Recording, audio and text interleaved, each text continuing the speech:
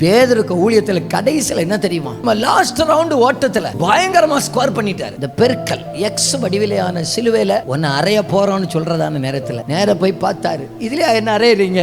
ஆமா, என் இயேசுவை நேர சிலுவையில அடிச்சாங்க, என்ன நேர விடுறதுக்கு நான் பாத்திரவான் அல்ல, என்ன பிடிச்சி தலைகளை அடிங்கன்னு சொல்லிட்டாரு. சிலுவையில நிக்கிற ஒரு மனுஷனுக்கு தண்ணி தாகம் வரும் பாருங்க. நம்முடைய ரட்சகர் கூட தாகமா இருக்கிறேன்னு கடைசி நேரத்துல தலைகளை நிக்கிறவன் தண்ணி குடிக்கிறது கூட மனசு இல்லாம, இங்க என் சரீரம் தொங்கும் அப்பா, இங்க என் உயிர் துடிக்கும் அப்பா, ஆனா என் ஆத்மாவுக்காக பரலோகம் எழும்பி நிற்கும் அப்பா. எனக்காக ஓடினவன் வர்றான், எனக்காக ஜீவனை கொடுத்தவன் வர்றான். பிதாவும் கர்த்தராகிய இயேசுவும் எழுந்து நின்று பரலோகமே வா என்று வரவேற்கிற நிமிர்ந்து பார்த்துட்டாரு. அங்க பாக்குறதுக்கு கர்த்தர் நம்முடைய கண்களை திறப்பாராக. பக்கத்துல பார்த்தா என்ன தெரியும்?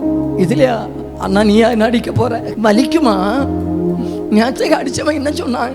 ஏசுவ குத்துனா போல குத்துவீங்களா? தலையில கிரீடத்தை வைப்பீங்களா? ஒண்ணும் கேட்கல. அடி இன்னும் அடிக்காலியா?